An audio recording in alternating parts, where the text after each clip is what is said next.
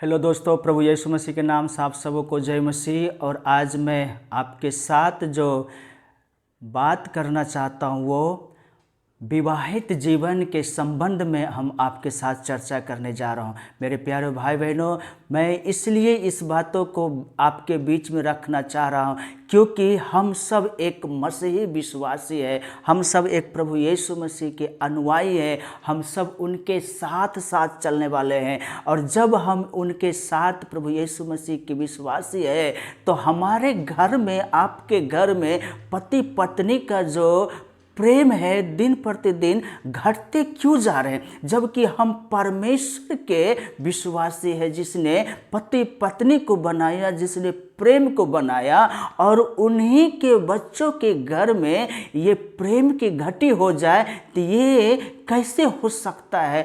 इसी के बारे में मैं आपके साथ बात करने जा रहा हूँ। और आज जो मैं विषय लिया हूँ वो विवाहित जीवन जीने का 5 तरीका। मेरे प्रियो, इस वचन को, इस वीडियो को आप एक बार ज़रूर सुनिएगा। परमेश्वर आपके दिल को छुएगा और परमेश्वर आपके परिवार में, एक विवाहित जीवन में, एक दंपति और पति पत्नी के बीच में इस वीडियोस के माध्यम से परमेश्वर का प्रेम आपके घर में आएगा। परमेश्वर आप सबको आशीष करे। और आज मैं जो 5 पॉइंट लिया है उसी में से जो पहला पॉइंट है वो इस प्रकार से है, सहायता करना। और ये उत्पत्ति की किताब उसका 2 अध्याय 18 पद में, तब परमेश्वर ने कहा आदम को अकेला रहना अच्छा नहीं, मैं उसके लिए एक ऐसा सहायक बनाऊंगा जो उससे मेल खाए। मेरे प्रियो, आदम को परमेश्वर ने भूमि के मिट्टी लेकर के बनाया, लेकिन हवा को जो बनाया वो आदम से निकाल करके स्त्री बना दिया। इसलिए मेरे प्यारे भाई बहनों, हम जो परमेश्वर के विश्वासी हैं और परमेश्वर के साथ साथ चलने वाले लोग हैं, इसलिए परमेश्वर के वचन हमें क्या बताता है कि आदम और हवा, पति और पत्नी, वो दोनों दो नहीं है बल्कि एक ही है। पत्नी में से हड्डी और मांस निकाल करके पत्नी बनाया है, इसलिए वो दोनों एक जीवन साथी है। और उसे बना करके परमेश्वर ने आशीष दे दिया, फूलो फलो और परिवार बढ़ाओ बोल करके। इसलिए मेरे प्यारे भाई बहनों, इस चीज़ को हमें समझना है कि परमेश्वर ने पति के लिए एक पत्नी दिया, यानी कि एक सहायक दिया है। और कुछ पत्नी ऐसे भी होते हैं, जब पति का शरीर स्वस्थ रहता है, जब पति के पास रुपया पैसा रहता है, तब पत्नी उनके सपोर्ट करता है, उनके साथ रहता है। और जैसे उनका शरीर गिर जाता है और उनके पास से पैसे ख़त्म हो जाते, उनको छोड़ करके चले जाते। मेरे प्यारे बहनों, इस प्रकार से मसीह हमें नहीं सिखाता। उनका प्रेम, मसीह का प्रेम हमें इस प्रकार से अनुमति नहीं देता है। इसलिए कि हम दुख में और सुख में, दोनों समय में हम अपने पति परमेश्वर के सहायक बन करके उनके साथ रहने में परमेश्वर हमें बना करके आपको और परमेश्वर पतियों को हम सबको दिया है। इसलिए पति पत्नी दोनों एक है और एक दूसरे के सहायता करने के लिए परमेश्वर ने पति पत्नी को बनाया है। दूसरा है वो अधीन रहना। इफिसी 5 अध्याय उसके 22 पद से हम पढ़ेंगे। यह लिखा है, पति और पत्नी दोनों के बारे में परमेश्वर बताता है, हे पत्नियों, अपने अपने पति के ऐसे अधीन रहो जैसे प्रभु के, क्योंकि पति पत्नी का सिर है, जैसे कि मसीह कलीसिया का सिर है। मेरे प्यारे भाई बहनों, यहाँ पे परमेश्वर के वचन क्या बताता है, हे पत्नियों, अपने अपने पति के ऐसे अधीन रहो जैसे मसीह कलीसिया के। मेरे प्यारे भाई बहनों, आप समझ गए हैं कि हर पत्नियों को अपने पति के अधीन रहना चाहिए। जैसे कलीसिया मसीह के अधीन में है, वैसे ही पत्नी भी अपने पति के अधीन में रहना चाहिए।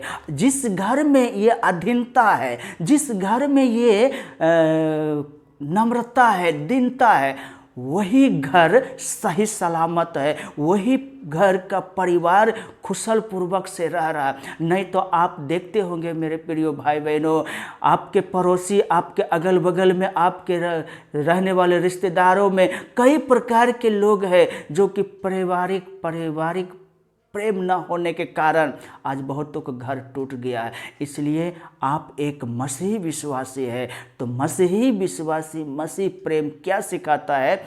एक पति के अपने अधीन रहने के लिए। कैसे अधीन रहेंगे? जैसे कलीसिया मसीह के अधीन है, वैसे ही पत्नी अपने पति के अधीन रहने के लिए परमेश्वर का वचन हमें सिखाता है। और तीसरा है आदर करना। आदर करना वो इस प्रकार से परमेश्वर का वचन हमें बताता है। आदर करना वो पहले पत्रस 3:6 यह लिखा है, जैसे सारा अब्राहम की आज्ञा में रहती और उसे स्वामी कहती थी, इसी प्रकार तुम भी यदि भलाई करो और किसी प्रकार के भय से भयभीत न हो तो उसकी बेटियां ठहरोगे। हाँ मेरे बहनों, यहाँ पर परमेश्वर का वचन क्या कहता है?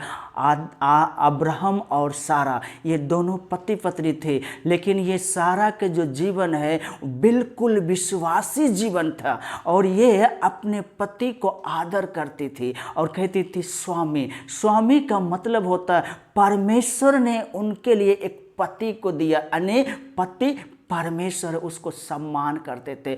जो जिसने पति को सम्मान किया, आदर किया, वो परमेश्वर को आदर किया, और जिसने पति को सम्मान नहीं किया मेरे बहनों, वो परमेश्वर को आदर नहीं किया। इसीलिए परमेश्वर के वचन बताता है कि अगर आप पत्नी अपने पतियों को आदर सम्मान करते हो तो तुम सारे के बेटियां कहलाओगे, यानी कि उनके वंश के गिने जाओगे। इसलिए हमें परमेश्वर हमें अपने वचन से सहायता करना चाहता है कि हमें अपने पारिवारिक जीवन कैसे जीना चाहिए। इसलिए हमें ध्यान रखना, हम एक बिलीवर है, एक विश्वासी है, प्रभु यीशु मसीह के पीछे चलने वाला हम लोग हैं। इसलिए परमेश्वर हमारे लिए प्रेम को भेजा, तो उस प्रेम को हम पति पत्नी कैसे अपने जीवन में अनुभव कर सके, वो हमें परमेश्वर के वचन हमें सिखाता है। और चौथा बात जो है वो है कुलुसी 3:18 और 19, कठोरता ना करना। यहाँ पे परमेश्वर के वचन बताता है, हे पत्नियों जैसे प्रभु में उचित है वैसा ही अपने अपने पति के अधीन रहो। हे पतियों अपने अपने पत्नी से प्रेम रखो और उनसे कठोरता ना करो। यहाँ पर दोनों बातें बताया जाता है, पति और पत्नी को निर्देश दिया जाता है कि एक दूसरे से प्रेम रखने के लिए।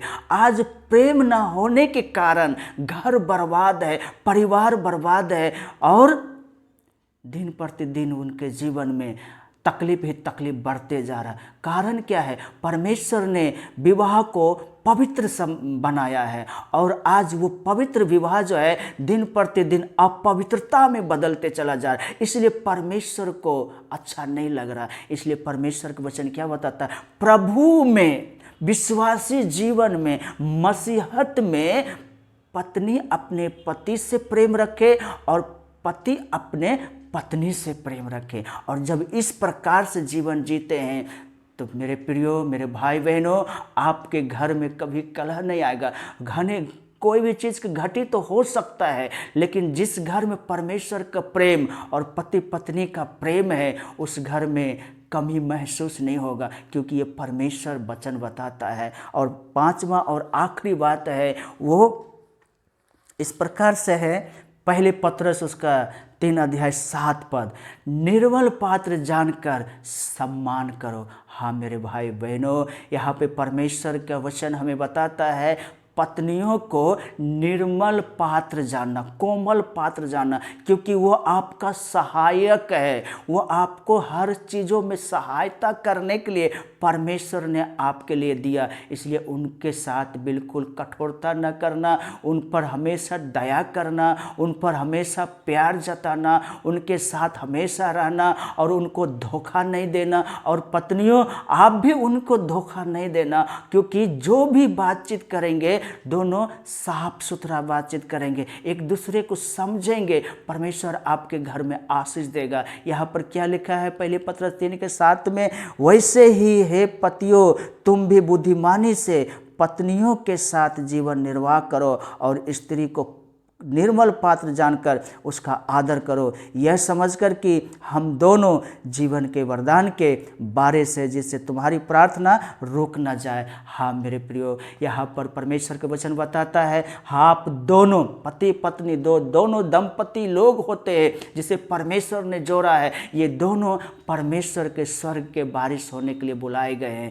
इसलिए पति पत्नी एक दूसरे को समझना है। और जिसके पास आज बुद्धिमानी के साथ पति पत्नी को जीवन में नहीं जी रहा है, वो घर बर्बाद है। इसलिए परमेश्वर का वचन बताता है बुद्धिमानी के साथ, विवेक के साथ पत्नियों को समझिए और पत्नी पतियों को समझिए। पति की क्या इच्छा है और पत्नी की क्या इच्छा है, मनमानी नहीं, एक दूसरे के सलाह मशवरा के साथ अगर आप घर में कार्य करेंगे, बाहर में कार्य करेंगे, परमेश्वर आपको सहायता करेगा। जब आपके पति बाहर से काम करके आएंगे, ऑफिस से आएंगे, खेत से आएंगे, मजदूरी करके आएंगे, उसके साथ सामने एक गिलास पानी लेकर के खड़े होंगे, उनको पहले उनके साथ मुस्कुरा करके अच्छा से जब उनसे बातचीत करेंगे तो वो जो ऑफिस में थका हुआ, बाहर में थका हुआ, मजदूरी करते हुए थका हुआ, खेत में थका हुआ, आपके मुस्कुराहट एक गिलास पानी के साथ जब आपको मुस्कुराते हुए देखेंगे, पत्नियों को थकावट दूर हो जाएगा और वहाँ से प्रेम जो है बढ़ते रहेगा। मेरे प्यारे भाई बहनों, इसलिए हमेशा ध्यान रखना, बुद्धि के साथ, विवेक के साथ जब अपने परिवार में विवाहित जीवन को आप जीने के लिए कोशिश करेंगे, परमेश्वर आपको सहायता करेगा। आज जो आपने परमेश्वर के वचन को सुना, इस वचन को शुरू से अंत तक आप सुनिए। परमेश्वर आप सबको आशीष करे। आमीन।